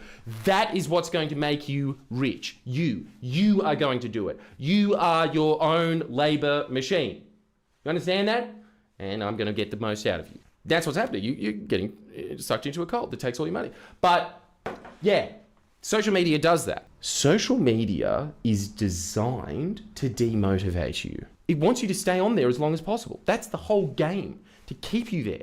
Can you stay off your phone? That's like, all discipline is based on that. It's kind of like a recovering heroin addict. For the rest of their life, a bunch of their discipline in life is just going to be focused on staying off the juice. Just being like, I could do it, it'll be very easy. They have to divert a bunch of that. Actually, what happens when you are out of the internet, you realize, oh, I'm actually tired, and you go to bed at a reasonable hour. That's the first huge, massive advantage. You're getting the amount of sleep that you're supposed to be getting. You're getting 4 months value for the same price as a movie ticket, but it's giving you better sleeping patterns.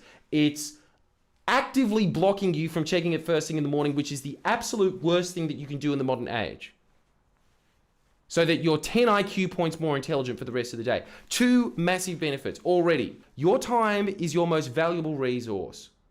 And it's getting all sucked into this shit. You cannot imagine how much more productive I've been by blocking it first thing in the morning, blocking it in the mid-ish to late afternoon, and then blocking it at night. I have become so much more productive. I am so much more well-rested. I am having far better ideas. In fact, there's many of the ways that social media acts like a cult factory. It identifies these buckets of human behavior that are similar. You know, the people who are clicking on flat earth videos, or the people who are clicking on, you know, various political tribe videos, and then pulling you deeper and deeper and deeper into the rabbit hole. All of this data is now being collected online and is being used by agents, you know, bad agents, good agents, whatever, to sell us products or to recruit us into cult. And remember, being a producer may not be any better. As above, so below. People in this space don't really see you as human beings anymore. They see you as a means to an end. They see you as a dollar sign. They see you as an increase to your viewership. With other streamers like Ludwig saying 95% of the people he interacts with on stream, he wouldn't even go to their funeral. I don't remember it always being this way. But the system is driving people to madness. It's letting them become victims to the demons of their own minds. And I want to say to any streamer watching this, try to unplug. It's one of the best decisions you can ever make. I know a lot of people, you want to keep the cogs turning, feed the machine, feed the machine, feed the machine. Guys, I'll be real. I could come back to streaming anytime I want. At this point in time, I have no reason not to. besides the amount of personal growth that I'm currently experiencing, as well as physical health and spiritual health, is outstanding. And I think content creation can lead a lot of people to become victims to the demons of their own mind and victims of the machine. Take a break, step back, realize if you taking a break for your mental health is truly going to destroy your career, did you really destroy that career regardless? And is it really that sustainable long term? You will slip up. You will do something out of character. You will do something that will ruin your life. And I promise you, your 15 minutes of fame truly isn't worth it. I mean, look at all the women who have begun to glorify the idea that for $5 you can see their asshole. Jesus, it's sickening, isn't it? Anything to further their careers. I mean, I've heard of women who have offered sexual favors to streamers to just get a raid. I've heard streamers, male streamers, tell women that if they do sexual favors for them, they'll get a raid. And I think it's disgusting how sex has now become a tool for profit and exposure when it once was a sacred act that you would do with one person who you would want to be there for the rest of your life and live a nice, quiet, humble life, sharing this intimate practice with the one person you consider your soulmate. People's values are disappearing day by day. The pursuit of fame, the pursuit of fortune is really making people show their true colors. And it's not pretty when you pursue view after view after view, content after content after content, and you disregard your own mental well-being, and you disregard everything that is real in life in pursuit of what is fake. And yet you're watching this right now on a device of some kind. Isn't that amazing, wonderful, but also kind of creepy and strange? See, this AI technology that is being released is pretty wild when you first come across it.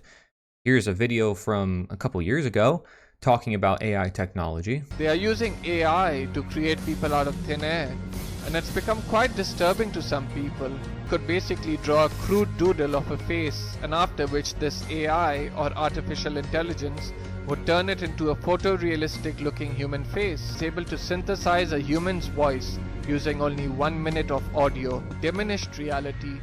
And what this was a piece of software that you could load into a camera that would be able to remove objects from a video in real time. And because of how rapidly fast it moves, I think it's important that I documented that part just to show that, oh my gosh, it's amazing, when 20 years down the road, it's just taken for granted. So without further ado, what do we do about consumerism and materialism?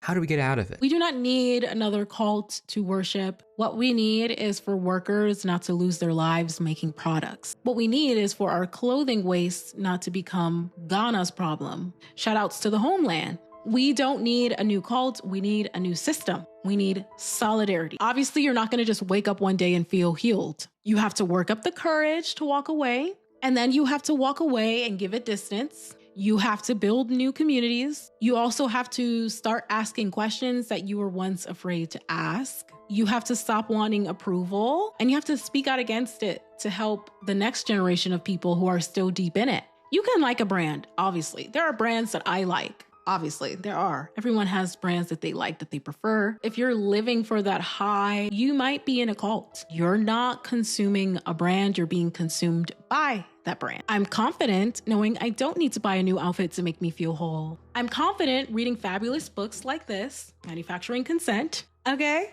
that make me smarter. I'm confident being able to clock and debunk misinformation and disinformation and know when I'm being manipulated.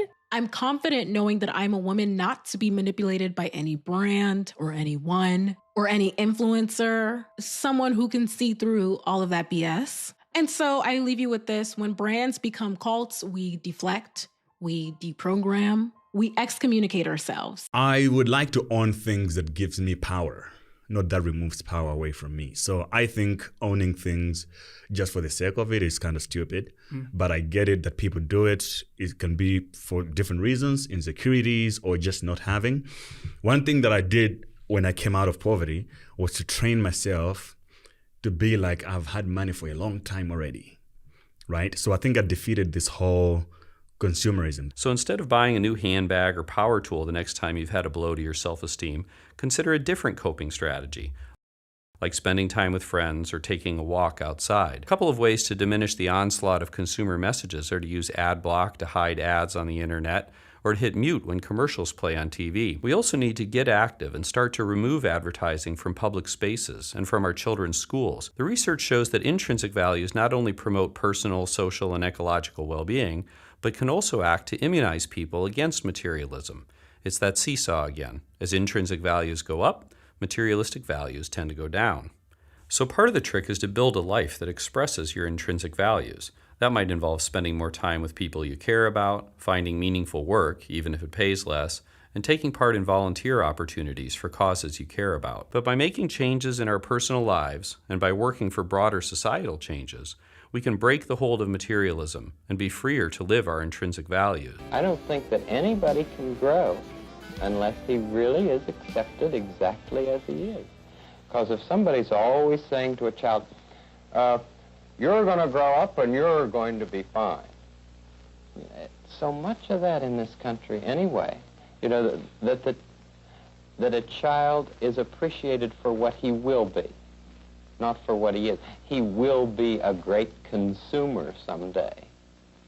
And so the quicker we can get them to grow up, and the quicker we can get them out of the nest so that they will go out and buy, you know, set up their own home at 12 maybe, then the better. What we need really, and what's best for being a human, is to live in environments where those intrinsic values are promoted and encouraged and made able to be enacted.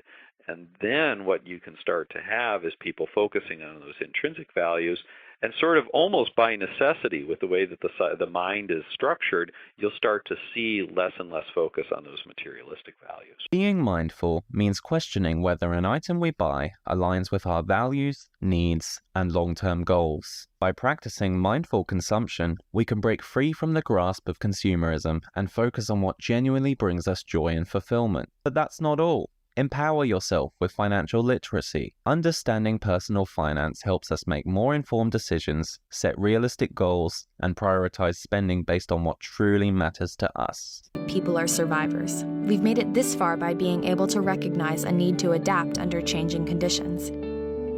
And we will successfully adapt to these new conditions as well. Once you see the light, you won't be seduced into buying things you don't need. You'll no longer be isolated and won't submit to coercion. You'll remember that there is no us against them, because we're all in this together. Recognizing a deeper fundamental identity promotes emotional awareness and a turning away from short-sighted distractions.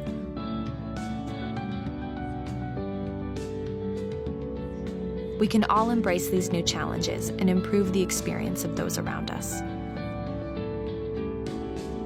We can root for each other and share in each other's joy.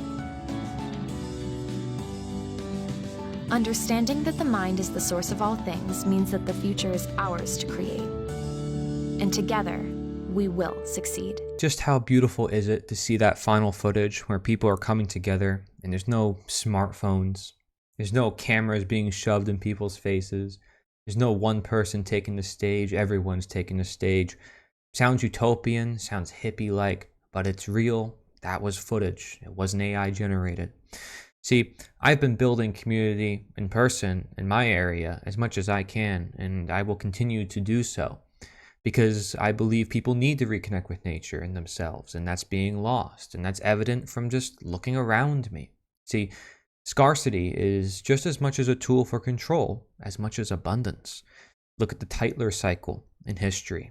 From abundance comes this sort of selfishness of this is mine, this is not yours, and, you know, this leads to a whole bunch of different problems. Unless, of course, there could be abundance for all people, just as it is to say freedom not just for one, but for all.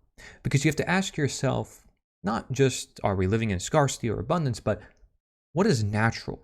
What is real? Because then those questions before don't really matter so much, do they?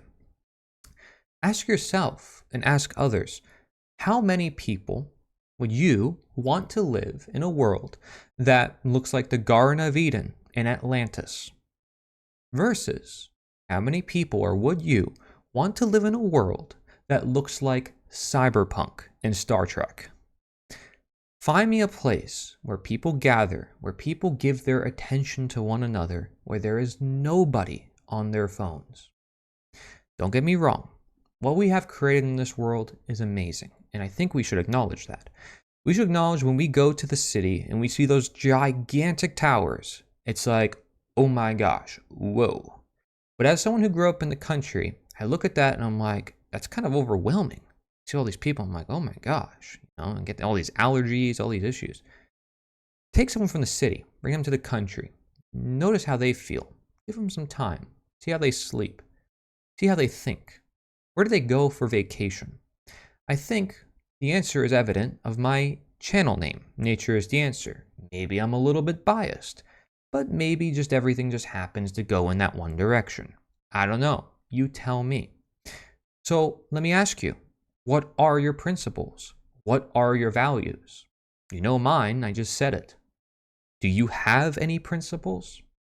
And I hope that these videos and what I'm producing helps you, because this is education. Finally, I'll leave you with this. No, wait. You leave me. Touch grass. But wait, did you hear of the game? What team are you a part of?